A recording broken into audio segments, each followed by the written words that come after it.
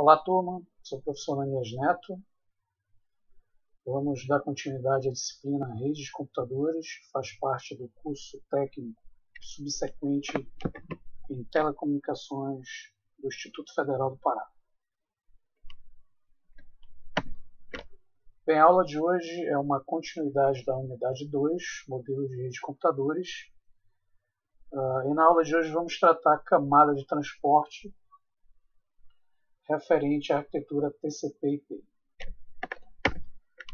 Ok, então vamos lá. Na última aula abordamos a camada de aplicação e na aula de hoje vamos ver a camada de transporte. Bem, a camada de transporte da arquitetura TCP/IP é onde, como o nome define, os dados são transportados de uma máquina para outra. Então, essa camada ela vai reunir protocolos que realizam funções de transporte de dados fim a fim, comunicação fim a fim entre máquinas e dispositivos, ou seja, vai considerar apenas a origem e o destino da comunicação e proporciona dessa forma o gerenciamento de conexão através dos dois protocolos principais, que são o TCP e o UDP. Bem, o TCP significa Transmission Control Protocol e o UDP, User Datagram Protocol. O TCP, fazendo uma analogia com o envio, por exemplo, de uma carta no correio, ele tem um papel de registrar essa carta. Então, quando o receptor dessa carta tem que transmitir, o receptor recebe essa carta, ele tem que assinar essa recepção, como se fosse no correio, né? Quando você cria uma carta registrada e você recebe essa carta, você assina dando validade de que você recebeu essa carta. A mesma coisa o protocolo, o receptor ele vai assinar a recepção desse pacote para confirmar que ele recebeu esse pacote. Dessa forma, o TCP, você vai perceber que ele tem um certo retardo, né? Mas, de qualquer forma, o remetente da transmissão, o remetente que recebe a carta, ele vai ter a certeza que o receptor recebeu essa carta. Assim como no protocolo na rede, o receptor vai ter que confirmar que recebeu esse pacote, dando ao remetente a certeza de que o receptor recebeu esse pacote. Bem, já o UDP, que é o User Datagram Protocol, ele seria, se a gente fosse fazer a mesma analogia com o correio, ele seria uma carta regular de transmissão de comunicação via correio. Ela pode ser destinada a qualquer um dentro da sua caixa de correio e, inclusive, pode até não chegar no seu destino. Deste modo, o remetente ele não pode ter certeza, ele não terá certeza, digamos, que o receptor recebeu a carta. Então, ele é totalmente diferente do TCP. O TCP confirma e o UDP não confirma. Então, isso a gente vai ver mais à frente a diferença entre os dois. Bem, a camada de transporte ela tem como intuito prover algumas características importantes, como a gente vai ver no decorrer da aula, que é o controle de fluxo, evitar, por exemplo, que o receptor receba mais do que ele foi preparado para receber. A camada de transporte, através do protocolo específico, realiza uma sequenciação para garantir a entrega desses pacotes, desses dados. A camada de transporte ela se responsabiliza pela garantia da integridade dos dados e verifica se os outros computadores estão recebendo essas informações. Bem, dentre os seus serviços básicos, os serviços básicos eles compõem os principais serviços da camada de transporte. E aí nós temos o serviço de comunicação lógica. Então, tudo que se passa dentro das máquinas, né, que rodam suas aplicações, que envolvem os processos, devem ser conectados diretamente. Então, uma máquina hospedeira conectada a uma outra máquina, uma máquina cliente conectada a uma máquina servidor, vão rodar processos que vão estar conectados diretamente. Esse é o chamado serviço de comunicação lógica. Eles estão em lados opostos, conectados por vários equipamentos de comunicação ativos de rede, como roteadores, e possuindo aí uma ampla variedade de enlaces para a comunicação. Eles vão usar uma comunicação lógica provida pela camada de transporte para enviar mensagens entre si, livre de detalhes como infraestrutura física, por exemplo. Bem, os aplicativos da camada de aplicação eles vão gerar dados que devem ser trocados entre os computadores de origem e destino. Esses serviços, essa troca de informações é dada através de um serviço de comunicação lógica. Então, a camada de transporte ela vai ser responsável pela comunicação lógica entre as aplicações executadas entre máquinas distintas, entre uma máquina origem e uma máquina destino. E isso pode incluir inúmeros serviços, como o estabelecimento de uma seção temporária entre essas duas máquinas, origem e destino. E aí a transmissão ela vai ser realizada de forma confiável entre essas aplicações. A camada de transporte, então, em si, ela vai ser um link entre a camada de aplicação, a camada destinada aos serviços dos usuários, e as camadas inferiores, que são responsáveis pela transmissão de rede, pela infraestrutura física. Então ela vai fazer esse elo, esse link, esse enlace de comunicação entre a camada de aplicação e as camadas inferiores, como rede, camada de interface de rede, enlace e os recursos físicos.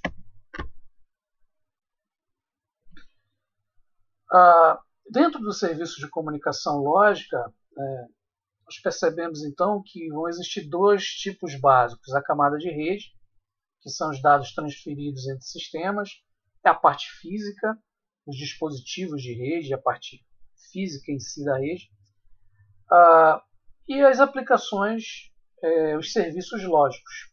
E aí entra em cena a camada de transporte, que ela vai fazer que esses dados sejam transferidos entre processos lógicos. Então a camada de transporte, ela, por exemplo, não tem conhecimento dos tipos de rushes que são envolvidos na comunicação, os computadores origem e destino, por exemplo. O tipo de mídia que eles vão trafegar, qual serviço, né, pelo qual os dados devem percorrer, os caminhos, os enlaces, esses inúmeros enlaces que podem acontecer, que podem ocorrer dentro da rede. Ela não tem informação, por exemplo, sobre o congestionamento, que a gente vai ver mais lá na frente, em um enlace de dados, em um link de dados, o tamanho dessa rede. E aí, qual é o papel da camada de transporte? Ela vai mover dados, o objetivo principal dela é mover dados entre as aplicações, a camada de aplicação, que é um serviço lógico, e aí ele vai fazer esse enlace, essa seção, ele vai criar essa seção com a camada de rede, por exemplo, que são os dispositivos de rede, os elementos físicos da rede. E isso vai agregar o serviço de comunicação lógica.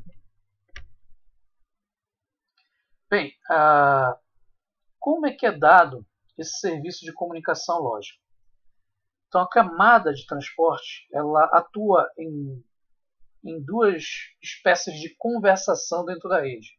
Uma é a chamada multiplexação e a outra o processo inverso, que é a demultiplexação. Então, a multiplexação é um processo de conversação entre pontos de comunicação da rede. Então, essa imagem que vocês estão vendo é como se eu tivesse uma máquina origem se comunicando a uma máquina destino. Então, o serviço de comunicação lógica vai atuar aí fazendo um link de transporte lógico fim a fim entre esses dois pontos, estabelecendo o enlace da camada de aplicação, as camadas inferiores, rede, enlace físico, tanto de um ponto como o outro. Então, a multiplexação ela vai reunir porções, segmentos de dados de diferentes serviços, que são diferenciadas pelas portas, como a gente viu lá na camada de aplicação, HTTP porta 80, HTTPS 443, FTP usando 2021, DNS 53, protocolos de e-mail, por exemplo, POP3 usando 110, para criar segmentos e enviar na rede. Então, o envio de alguns tipos de dados, por exemplo, um vídeo, um stream de vídeo, um conteúdo de uma página de internet, através de uma rede, devem ser determinadas pelo serviço de comunicação lógica como um fluxo de comunicação completo entre esses dois pontos, origem e destino.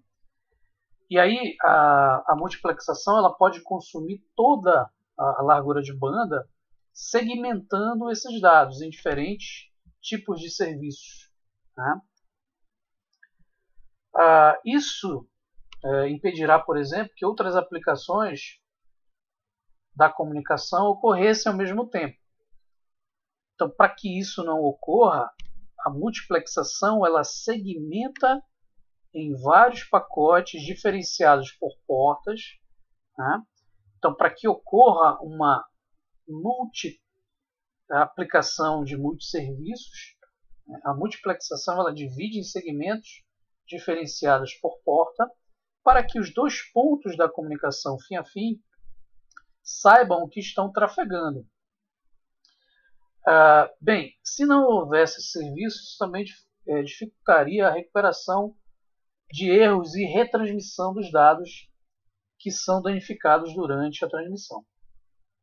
Então, como mostra a figura, eu posso ter vários serviços desse lado, sendo transmitido para esse outro lado da rede, né, minha origem e destino, serviços de e-mail, mensagens instantâneas, vários uso de páginas de internet, por exemplo, serviço FTP, DNS. E aí a camada de transporte ela vai fazer uma segmentação junto com a multiplexação para permitir que diferentes serviços, aplicações dentro da conversação, da comunicação ocorram, sejam intercaladas, digamos assim, segmentadas, dentro da mesma rede. A verificação de erros pode ser realizada nos dados dos segmentos, né, para determinar se esse segmento foi alterado durante a transmissão através de procedimentos que vamos ver mais à frente.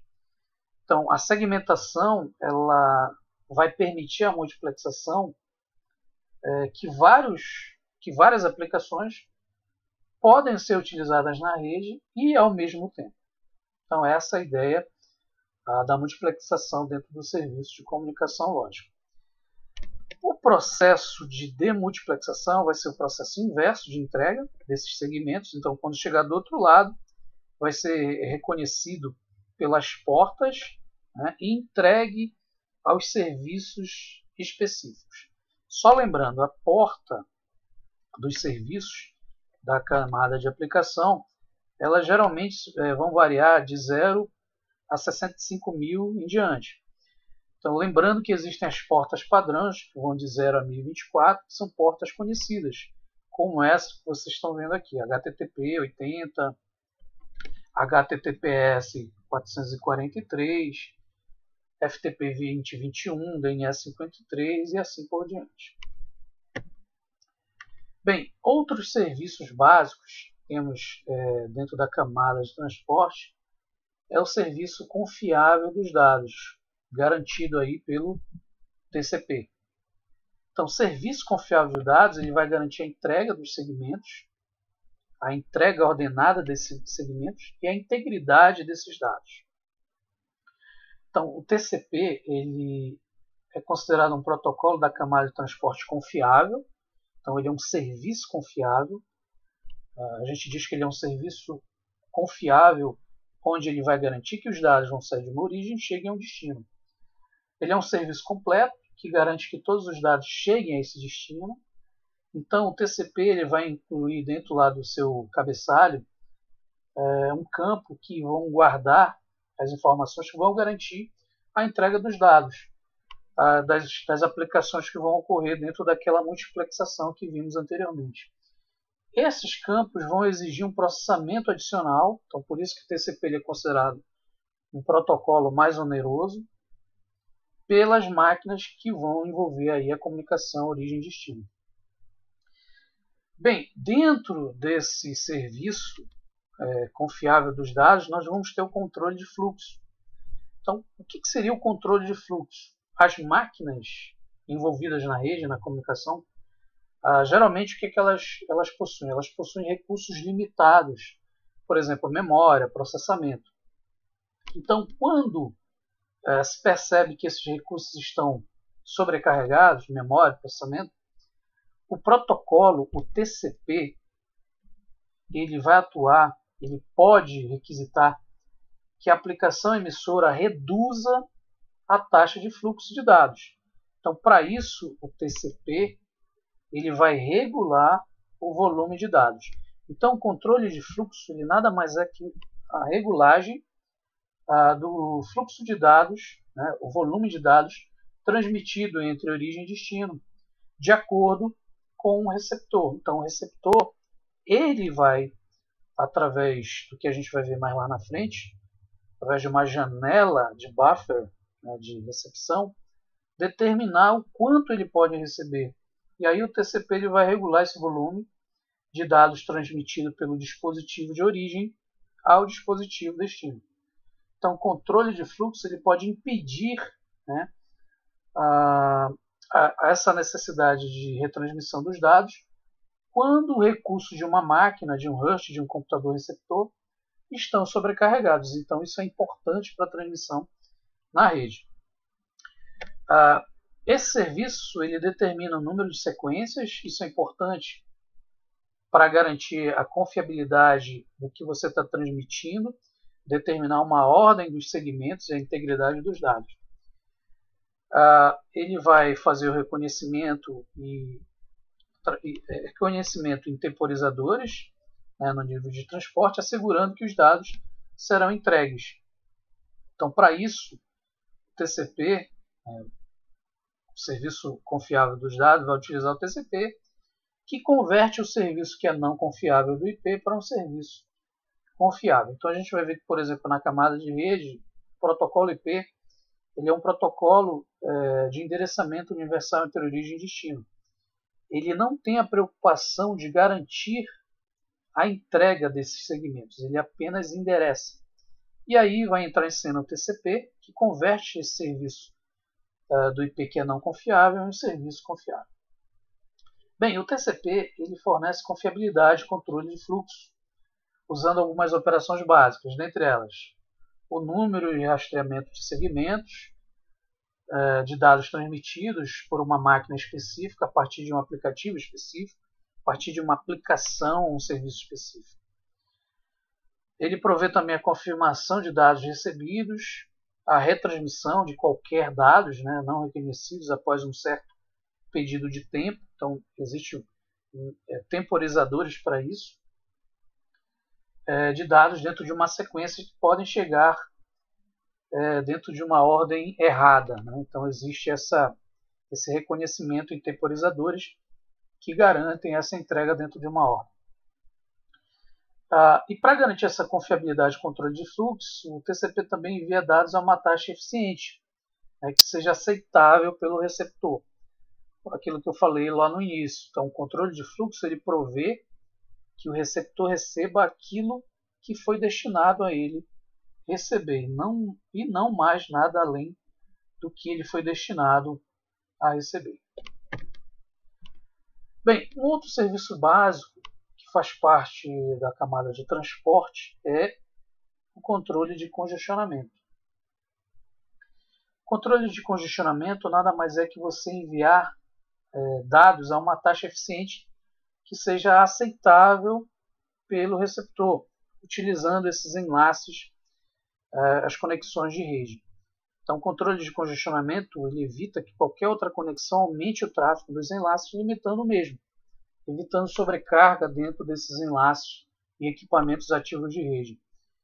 E aí, em princípio, o TCP ele vai permitir que as conexões TCP trafegando por um enlace de rede congestionada, compartilhe largura de banda, evitando sobrecarga e altos níveis de congestionamento.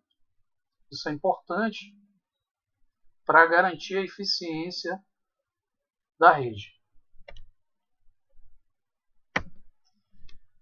Ok, vamos ver agora algumas características sobre o protocolo TCP. TCP significa Transmission Control Protocol. Ele é referenciado pela RFC 793 e algumas extensões, né? Só para a gente ficar a par, a RFC é um documento que descreve a funcionalidade daquele protocolo. Tá? O TCP, gente, dentro da sua RFC, ele é definido como um protocolo orientado à conexão. Então, para manter o estado de uma conexão, de uma aplicação, e rastrear as informações dessa aplicação, o TCP, através da sua RFC, ele deve primeiro estabelecer uma conexão entre origem e destino, entre remetente e receptor. E aí por isso que o TCP ele é conhecido como um protocolo orientado à conexão. Então, antes de mais nada, ele precisa estabelecer uma conexão entre origem e destino. A gente chama isso de estabelecimento de sessão. Então, o TCP é um protocolo orientado à conexão, que negocia, estabelece uma conexão ou sessão, né? E essa sessão ela vai permanecer entre os dispositivos, ponto a ponto, um remetente e um receptor, origem e destino, antes de encaminhar qualquer tráfego de dados. O TCP também ele é um protocolo confiável, então ele garante a entrega confiável, né? Ele é um protocolo confiável dentro das características descritas na RFC, perdão. E essa garantia, a entrega confiável, por várias razões, é possível que um determinado segmento seja trafegado via TCP, seja corrompido ou perdido completamente. E aí o protocolo, isso transmitido dentro de uma rede. E aí o protocolo, o TCP, ele vai garantir que cada segmento enviado pela fonte chegue ao seu destino. Mesmo se ele for corrompido ou perdido, existe uma estrutura que vai garantir uma retransmissão desse segmento. Bem, ele é um protocolo dutável, né, pathlined, ele é de tamanho ajustado, de acordo com o controle de fluxo e congestionamento. Como a gente viu, o controle de fluxo ele vai determinar que máquinas dentro de uma rede têm recursos limitados, memória, processamento. E aí, quando o protocolo percebe que esse recurso está limitado, está sendo sobrecarregado, né, o TCP ele pode requisitar que as aplicações envolvidas, os serviços envolvidos entre emissor e receptor sejam reduzidos. Então, existe uma redução dessa taxa de fluxo de dados. E aí o TCP ele vai regular esse volume, como a gente viu, de transmissão de dados para que garanta que apenas o receptor receba aquilo que ele foi destinado. Bem, o TCP ele possui uma transmissão full duplex, ou seja, um fluxo de dados bidirecional dentro da mesma conexão de tamanho máximo de segmento. É uma conexão é uma transmissão orientada à conexão. A gente vai ver que ele usa lá o princípio do three-way handshake, a troca de mensagens de controle, fazendo o estabelecimento de sessão que inicia o estado de transmissão do remetente ao receptor antes de troca de dados. Também atua dentro do fluxo de dados, ou seja, o receptor não será sobrecarregado, ele só vai receber aquilo que ele foi destinado a receber dentro do controle de fluxo de dados. Bem, essa imagem mostra a estrutura do segmento do protocolo TCP/IP. Então a gente vai ver aí que ele é composto, a estrutura do segmento TCP ele é limitado a 32 bits, então seu tamanho de 32 bits, onde ele tem alguns campos importantes, né? Porta de origem, porta de destino, número de sequência, número de confirmação, tamanho do cabeçalho,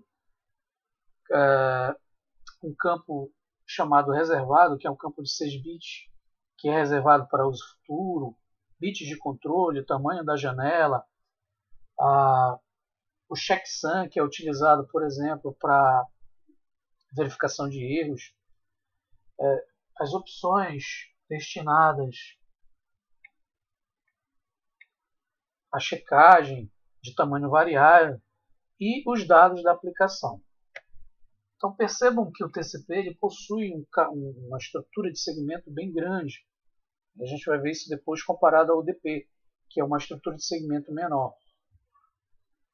E dentre desses campos, a estrutura de segmento do TCP, os mais importantes estão aí a porta de origem e destino. Então a porta de origem vai identificar as aplicações de origem, destino, obviamente, as aplicações de destino.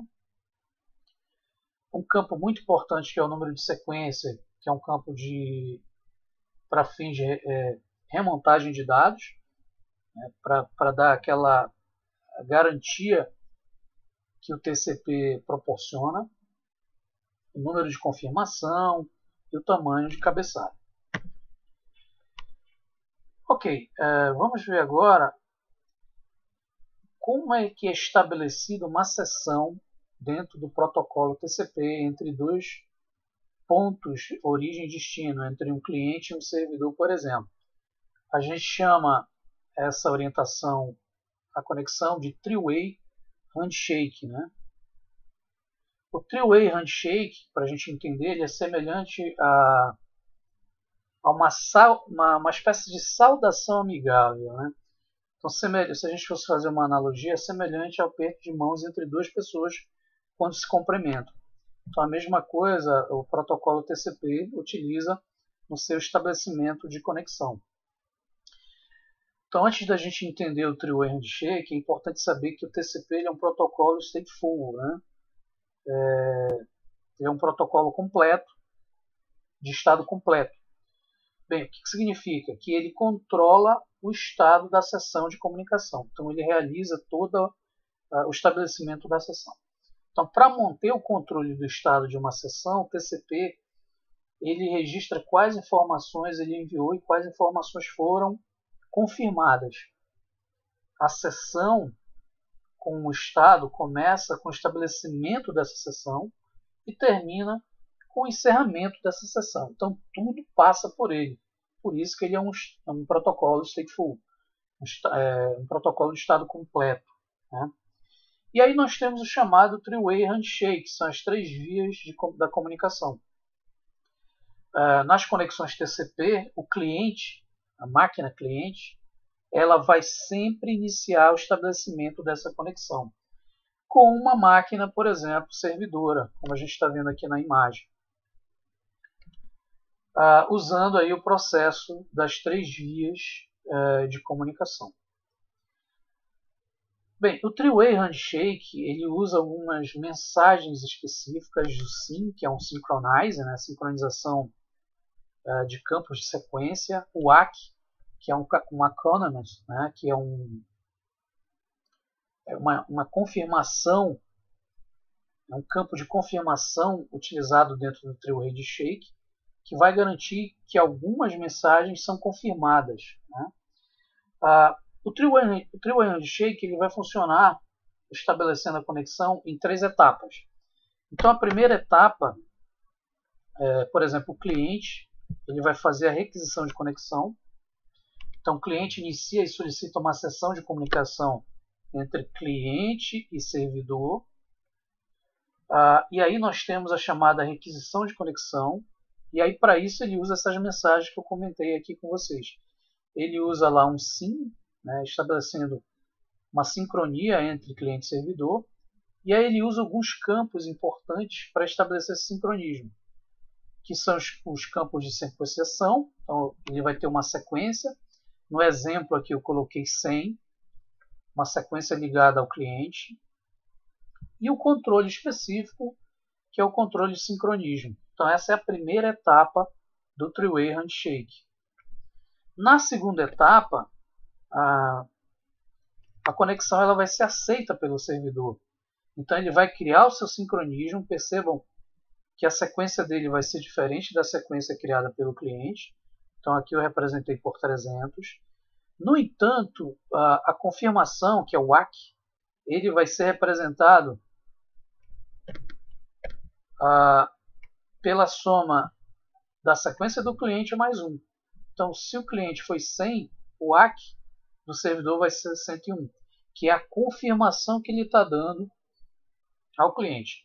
Então, na etapa 2, o servidor confirma que essa sessão foi estabelecida, essa sessão de comunicação cliente-servidor, e solicita uma sessão de comunicação final entre cliente e servidor. E aí, como eu falei para vocês, criando esses parâmetros, a sequência principal do servidor, o ACK de confirmação, que vai ser a sequência do cliente mais 1, e o controle, que ainda é o sincronismo, mandando uma mensagem de confirmação ACK. Na terceira e última etapa do Three-Way Handshake, o cliente ele vai estabelecer essa comunicação. Então, o cliente que solicitou a conexão, ele vai confirmar essa sessão de comunicação cliente-servidor, e aí ele vai criar novamente uma sequência. Então, essa sequência vai ser a informação da sequência do cliente mais 1, então ele vai pegar o 100 mais 1, 101, e o ACK vai ser a confirmação do servidor, que vai ser a informação do servidor mais 1. Então ele vai pegar o ACK do servidor, que é 300, mais 1 vai dar 301. E aí o controle vai ser feito através do campo de confirmação. Com isso é estabelecida a conexão entre cliente e servidor, através do Three-Way Handshake. Bem, estabelecida essa comunicação TCP e feita toda a transmissão entre cliente e servidor, existe o processo de término da sessão TCP. E isso é representado aqui através dessa imagem que vocês estão vendo entre cliente e servidor. O término da sessão cliente-servidor é importante para garantir a segurança desse estabelecimento de sessão e comunicação. E aí o término da sessão TCP ela é dividida em 4 etapas. Então a primeira etapa é o envio de uma mensagem chamada de fim, que representa um sinalizador de finalização. Então a primeira etapa, quando o cliente não tem mais nada a transmitir, nada mais a enviar nesse fluxo de dados, ele vai enviar uma mensagem, um segmento de sinalização, um sinalizador fim, definindo ali que ele quer terminar a sessão. Na segunda etapa, o servidor ele vai enviar um ACK para confirmar esse recebimento. Ou seja, ele vai enviar uma confirmação que ele recebeu esse segmento sinalizador de finalização da mensagem. Então, o servidor envia um ACK para confirmar o recebimento do fim, para encerrar a sessão do cliente para o servidor. Na terceira etapa, o servidor vai enviar um fim ao cliente para finalizar a sessão do servidor ao cliente. E aí, obviamente, o cliente vai receber esse fim. E aí nós temos a quarta e última etapa, onde o cliente responde com um ACK, uma confirmação, um acronyme, que é uma confirmação, para confirmar o fim, o término dessa sessão através de uma mensagem de fim ao servidor. E aí o servidor recebe esse ACK, terminando a sessão estabelecida. Bem, dentro dessa transmissão, o TCP, em uma transferência de dados entre cliente e servidor, por exemplo, ele vai utilizar o que a gente chama de buffers de envio e recepção. Eles são importantes para garantir uma série de características do protocolo TCP, como controle de fluxo, controle de congestionamento. Então existem aí algumas fases importantes que o protocolo TCP utiliza através dessas áreas de armazenamento entre envio e recepção de dados. Então, inicialmente, o processo cliente, quando ele envia dados através do que a gente chama de socket, que é uma conexão associada, após essa passagem de dados, o TCP ele vai possuir aí um controle sobre esses dados. Então, o processo cliente envia os dados através de um fluxo que a gente chama de socket, que é uma conexão exclusiva criada entre cliente e servidor, para garantir esse controle entre envio e recepção. Em seguida, os dados eles são armazenados ou direcionados dentro do que a gente chama de buffer de envio. Esse buffer de envio é uma área específica que vou guardar essas informações que vão ser criadas, por exemplo, durante aquele three-way handshake que a gente viu agora há pouco. Então isso é importante porque eu armazeno os dados que vão ser logo em seguida segmentados para serem enviados a um receptor. Bem, no terceiro procedimento, de tempos em tempos, o TCP ele vai retirar essas porções do buffer, desse buffer de envio, e aí ele vai segmentar esses dados para transmitir. Essa segmentação ela é importante porque ela vai ser dada de acordo com o que o meu receptor pode receber através do seu buffer de recepção. Então, o TCP ele vai encapsular os dados, ou seja, ele vai adaptar esses dados junto com um cabeçalho, criando os segmentos, e esses segmentos são enviados, por exemplo, na parte física, a camada de rede, para chegar, por exemplo, ao receptor. E aí, se for uma aplicação cliente-servidor, o servidor ele vai receber esses segmentos e vai colocar os dados dentro da sua área de armazenamento, que a gente chama de buffer de recepção. Esse buffer de recepção ele vai ter um tamanho pré-determinado para garantir, por exemplo, um controle de fluxo. E aí, por fim, a aplicação do meu receptor, digamos desse computador receptor, ele vai ler as informações, cadeia de dados desse buffer e entregar, por exemplo, ao nível de aplicação.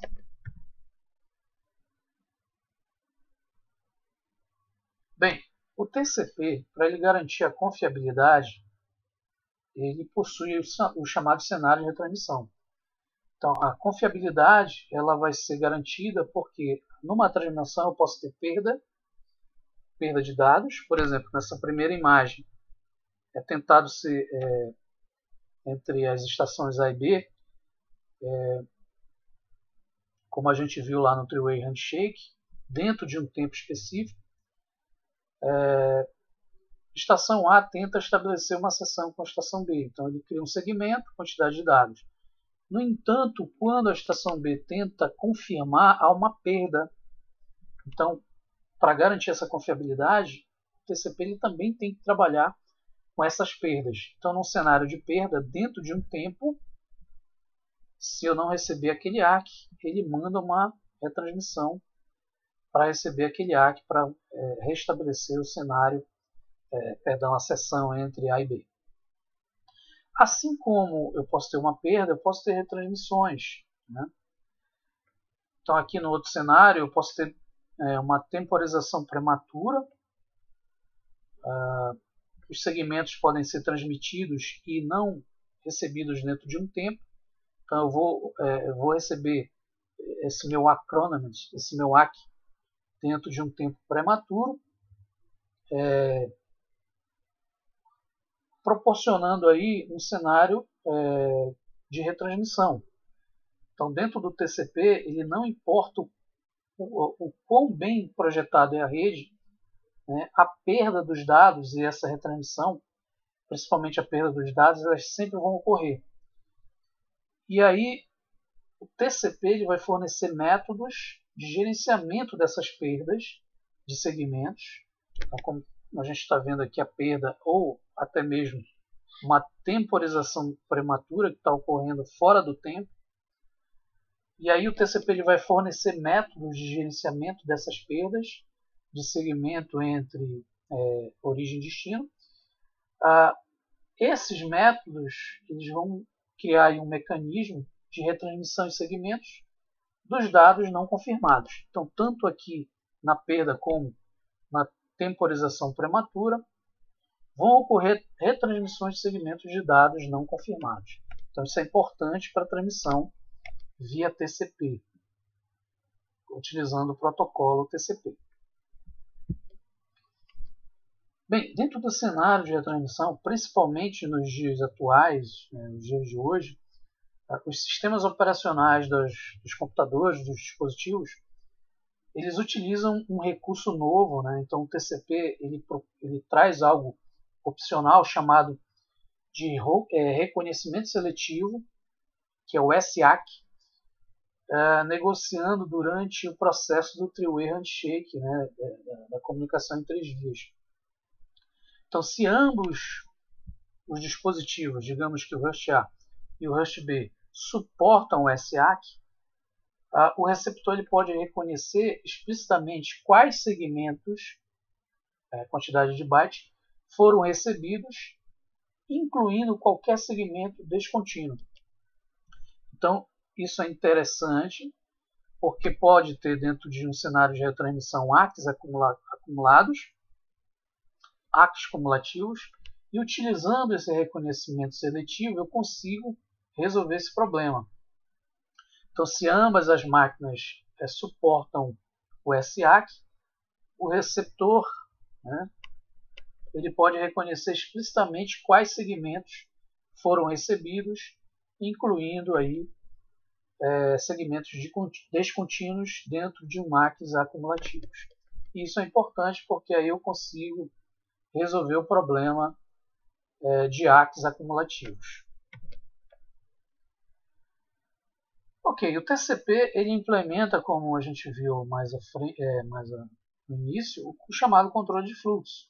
Então, só para a gente lembrar, o controle de fluxo no TCP ele visa evitar que um emissor não sobrecarregue, não afogue, por exemplo, um receptor, enviando dados mais rápido do que ele possa processar.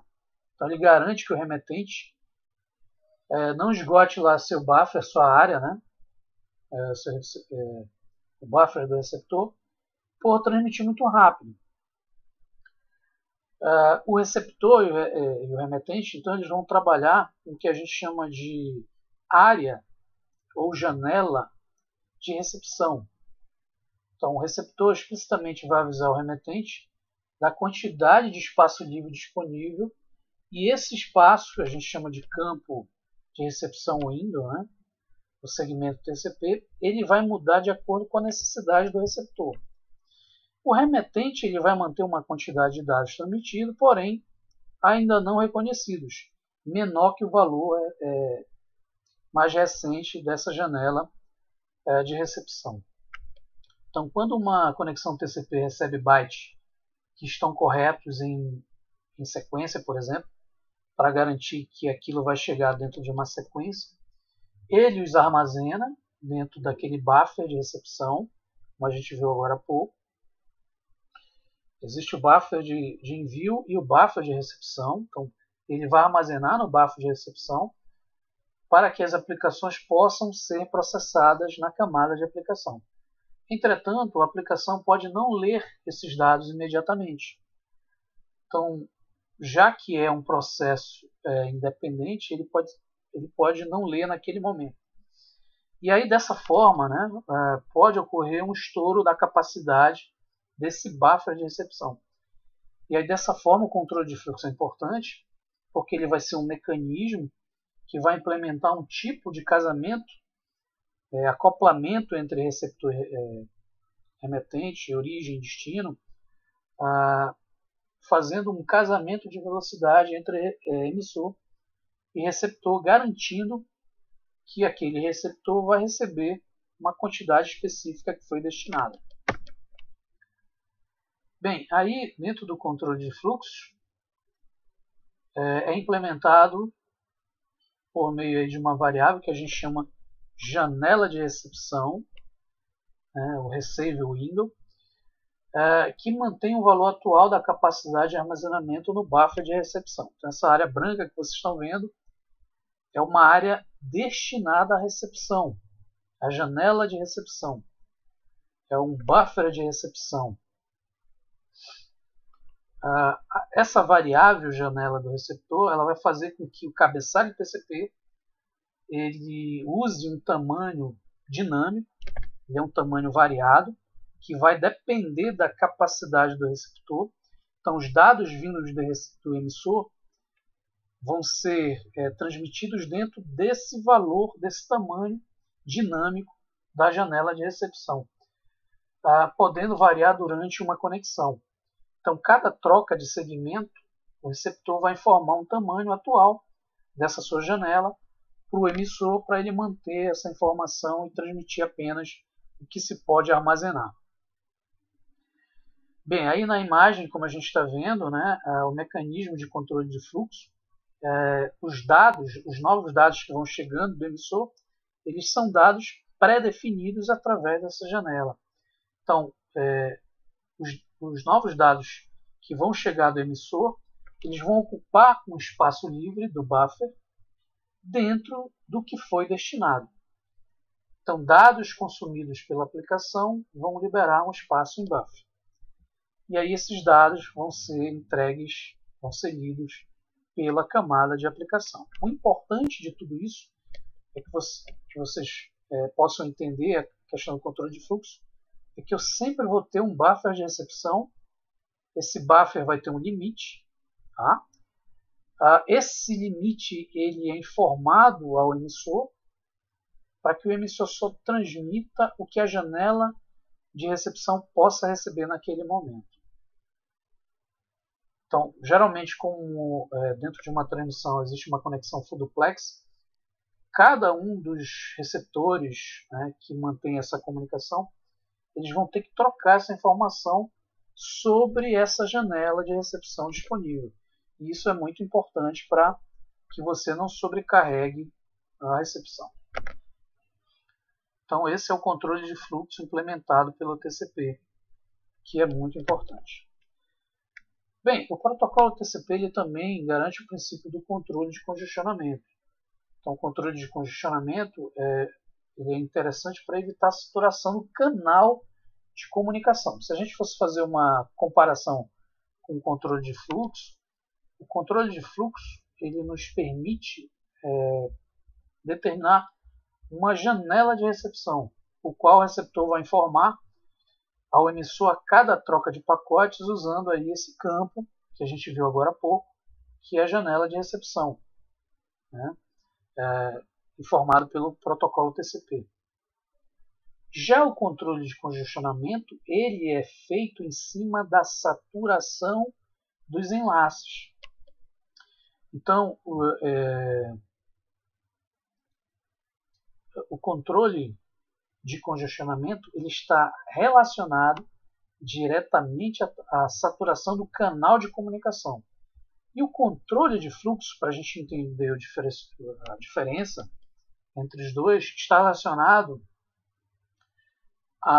ao controle relacionado à minha janela de recepção, ou seja, o buffer de recepção. Então essa é a grande diferença.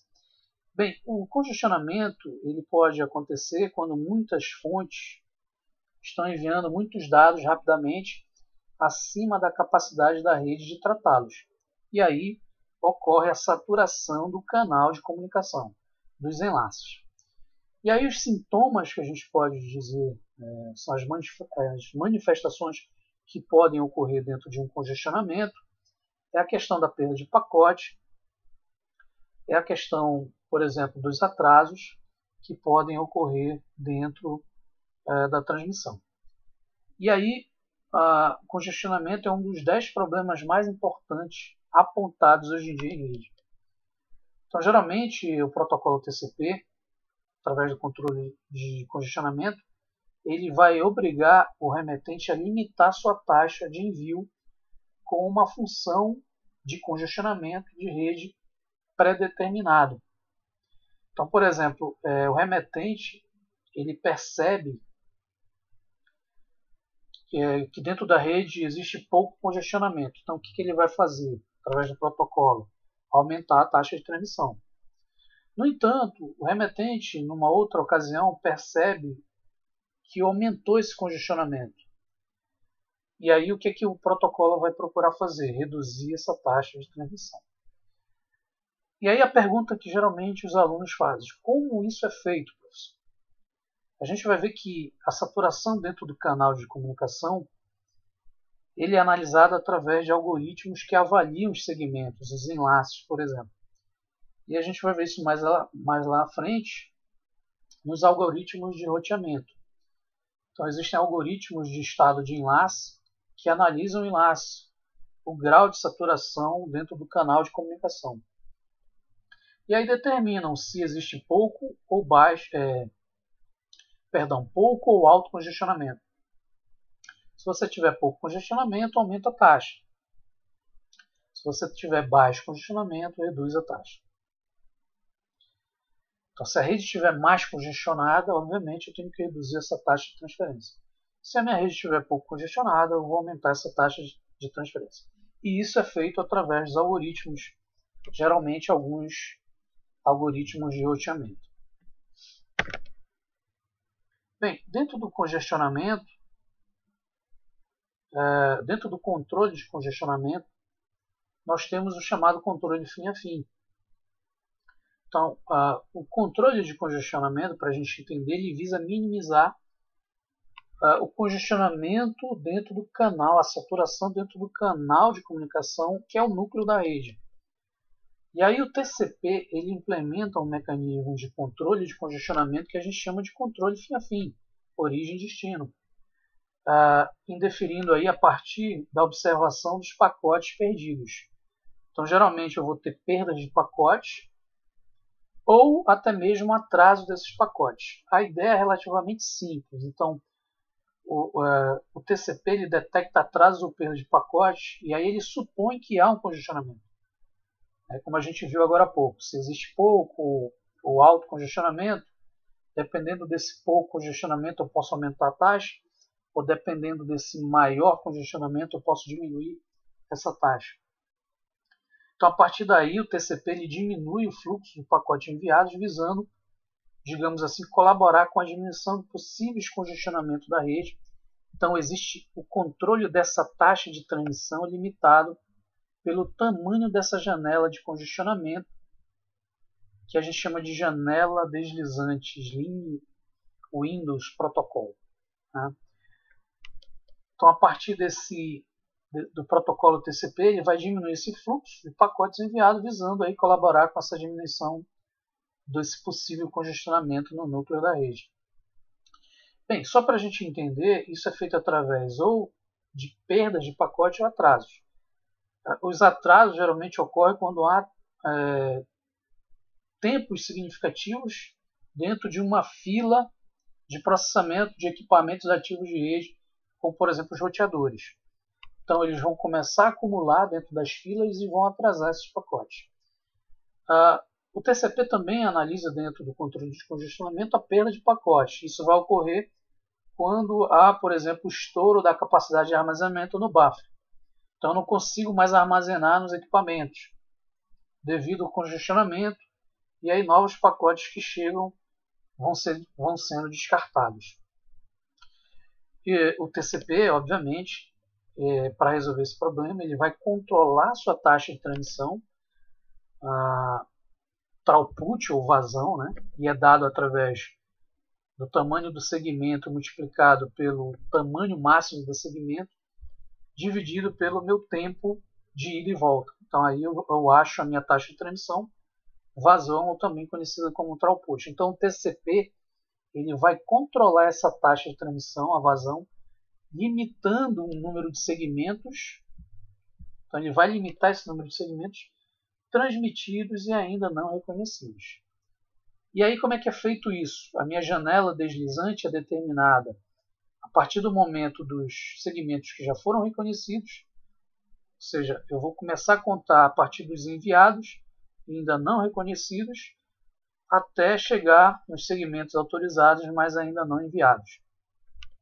Aí eu crio esse tamanho dessa janela, que a gente chama de janela deslizante. No caso do controle de congestionamento, o emissor ele vai usar essa variável adicional como janela de congestionamento, né, a chamada janela deslizante, a qual vai limitar, o que a gente está vendo aqui, a qual vai limitar em uma função de congestionamento percebido pela rede. E aí, a qualquer tempo, a quantidade de dados enviados não recebidos dentro de uma conexão TCP não deve exceder o mínimo dentro dessa janela que foi determinada, que é a janela de congestionamento ou janela deslizante, que vai impactar lá na janela do receptor. Ok, em relação ao serviço não confiável, nós temos aí o chamado serviço de melhor esforço, que é garantido pelo protocolo UDP, que é o User Datagram Protocol. Então, o UDP ele é um protocolo que ele não garante a entrega dos segmentos, ele não ordena e ele não orienta a conexão.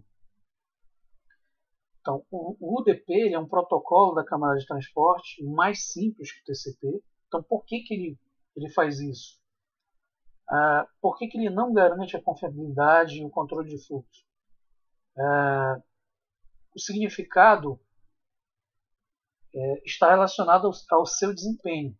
Então, a gente vai ver, por exemplo, que o UDP ele é um protocolo que os seus segmentos, sua estrutura, seus cabeçalhos, os campos de cabeçalho são menores. Então, ele requer menos processamento. Então, como o remetente e os processos UDP, por exemplo, do receptor, não precisam gerenciar confiabilidade, controle de fluxo, isso significa que os datagramas UDP podem ser processados mais rápido. Então, ele é um protocolo utilizado em serviços de melhor esforço que garantam mais rapidez. Então, esse é o objetivo do UDP, comparado, por exemplo, ao TCP. Então, eles podem processar mais rapidamente os segmentos, comparado, por exemplo, ao TCP. Então, são serviços de tempo real, que garantam banda e multiponto confiável. Né? São serviços não disponíveis ao UDP. Bem, o UDP ele fornece funções básicas, que a gente chama de datagrama, como eu já comentei, entre as aplicações negociadas entre origem e destino. E aí a sua grande vantagem é que ele não sobrecarrega a aplicação, ou seja, são segmentos que são processados mais rápidos que os segmentos TCP, garantindo assim a rapidez da aplicação do processo envolvido. Bem, o UDP ele é descrito pela RFC Request for Comments 768. Então, ele é um protocolo sem conexão, ele não estabelece conexão, envia mensagem sem nenhuma preliminar formal, como o TCP faz. Então, ele não introduz atraso. Tá? Como o TCP não fornece confiabilidade ou controle de fluxo, ele não requer uma conexão estabelecida. Então, não há estado de conexão, não mantém o estado e não monitora a conexão. Ele é um protocolo não orientado à conexão. Então, dessa forma, suporta um número maior de usuários. Bem, o UDP ele é conhecido como protocolo de entrega no melhor esforço, que não há confirmação do que os dados são recebidos no destino. Então, com o UDP, não há processo dentro da camada de transporte que informa o remetente se a entrega foi bem sucedida ou não. E aí a gente chama isso de melhor esforço, ou seja, ele é um protocolo que quer saber de entregar rápido, protocolo imediato. Né? Então, logo um processo de aplicação passe aos dados UDP, o protocolo vai encapsular esses dados dentro de um segmento UDP e passará à camada de rede. Então o DP é como se a gente fizesse uma analogia novamente ao correio, né? É como se fosse uma carta regular, que ela não é registrada no correio. Então o remetente dessa carta, ele não tem conhecimento se o destinatário está disponível para receber. Então dentro da rede, quando você usa o DP, o receptor do pacote, ele não tem conhecimento que esse destino recebeu esse pacote. E aí isso vai proporcionar um protocolo mais imediato, um protocolo mais rápido, onde você quer aplicar em serviços que precisam de maior rapidez. Bem, algumas aplicações podem tolerar a perda de dados, né, durante a transmissão pela rede, por exemplo. Muitas aplicações utilizam essa filosofia, mas atrasos na transmissão são inaceitáveis para algumas aplicações. E aí, para essas aplicações, o DP é mais efetivo. Ele é escolhido para isso. Então, por quê? Porque ele requer menos sobrecarga na rede, ou seja, ele quer uma entrega mais rápida, e aí vai garantir um serviço que não pode atrasar. Então o DP ele é preferível para aplicações que têm problemas com atrasos na transmissão. Então atrasos que a transmissão são inaceitáveis, como por exemplo aplicações multimídias como voz sobre IP. Então o DP ele tem algumas aplicações específicas, né, que utilizam ele por ser aplicações sensíveis ao atraso. Então o DP ele também é usado por aplicações de solicitação e resposta, onde os dados são mínimos, né, e a retransmissão pode ser feita rapidamente. Então, alguns exemplos de protocolos de aplicação que usam o DP: o NFS, Network File System, que é um sistema de arquivo utilizado em sistema distribuído, servidor remoto de arquivo; o SNMP, que é o protocolo de gerenciamento de rede, utilizado em gerência de aplicações em rede. Ele é utilizado, por exemplo, no RIP, que é um protocolo de roteamento, no DNS, né, no sistema de nome de domínio. Por exemplo, o DP no DNS ele é usado em aplicações de retransmissão rápidas, né? Então o DNS é um sistema de nome de domínio que precisa de retransmissão rápida. Então o serviço de nome de domínio, o DNS, usa o DP para esse tipo de transação, porque ele precisa trocar essas informações de forma rápida. Então o cliente ele solicita essa tradução para endereços IPs, IPv4 ou IPv6, por um nome de domínio conhecido em um servidor DNS, e isso tem que ser feito de forma rápida. Se o cliente não recebeu uma resposta em um período pré-definido, pré-determinado, dentro de um tempo, ele simplesmente vai reenviar uma solicitação novamente. Então, algumas propriedades necessárias para a escolha desse protocolo, né, que, como a gente percebe, através dessa usabilidade em determinadas aplicações sensíveis ao atraso. Então, a escolha do protocolo, o DP deve ser para aplicações rápidas, baixa sobrecarga, que não exigem muitas confirmações, que não tenham que reenviar dados perdidos, né? E a entrega dos dados elas devem ser realizadas assim que cheguem. Então, é uma aplicação que requer aplicabilidades em transmissão de atrasos não aceitáveis. Então, é aí que você utiliza o DP. Então, aplicações multimídias utilizam muito o DP porque os atrasos na transmissão eles são não aceitáveis. Então, se usa o DP para isso, através do VoIP, videoconferência, áudio e vídeo, por exemplo. Bem, para finalizar, o protocolo DP ele trabalha na sua estrutura de segmentação bem mais simples que o TCP. Então, o cabeçalho UDP é muito mais simples, né, se a gente for comparar com o TCP visto no início da aula, porque só tem 4 campos específicos: porta de origem, porta destino, comprimento checksum, né, e os dados de aplicação. Então, porta origem, né, define aí a identificação da aplicação origem, porta destino, a identificação da aplicação destino. A duração vai indicar o comprimento do cabeçalho, né, o comprimento em bytes do segmento.